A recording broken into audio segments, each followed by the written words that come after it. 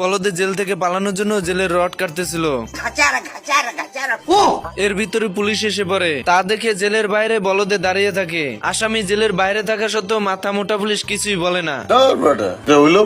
এরপর মাটি ঘুরে পালানোর চেষ্টা করে। এর ভিতরে পুলিশ এসে দেখে ফেলে। মাথায় নষ্ট মামা। ये सब क्या देखना पड़ रहा है। এরপর এই বলদ দুটো জেলখানার বারান্দা পরিষ্কার করতে থাকে। এর ভিতরে পুলিশ এসে দাঁড়িয়ে থাকে। ওই মান্দার পোলারা বিড়ালে কামড়াইছে।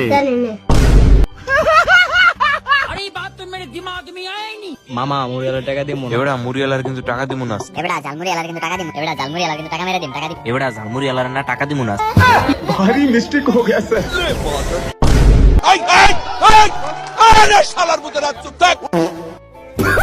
তুই যে হিন্দু তা বুঝলি কি করে? নুনু দেখে। এই খরগোশ দুটো চুপি চুপি মাটি নিচ দিয়ে গাজর চুরি করছিল। এর ভিতরেই কুকুর দেখে ফেলে। কাউকে ভালোবাসবেন না, তাহলে আপনার সুন্দর জীবন নষ্ট হয়ে যাবে।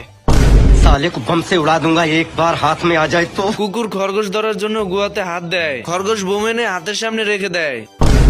আমি পারি না আর পারি না। আসুন আমাদের গাড়ির নিকট, দেখুন আমাদের মলমগুলো। হালাই আমার 14র মধ্যে খায় ফেলাইছিল। এরপর কুকুর প্রতিশোধ নেওয়ার জন্য মাটি ঘুরে খরগোশদের খুঁজতে থাকে। খরগোশ পিছন থেকে বোমা ধরিয়ে দেয়।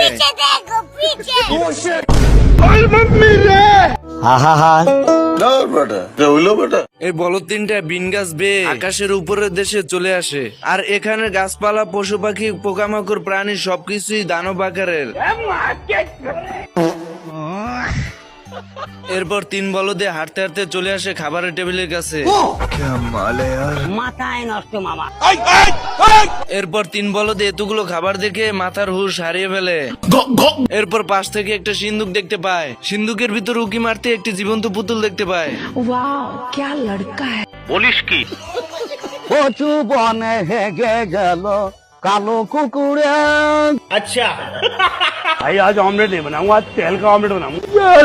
এরপর দৈত্য রুটির ভিতর মশলা ছিটাতে থাকে।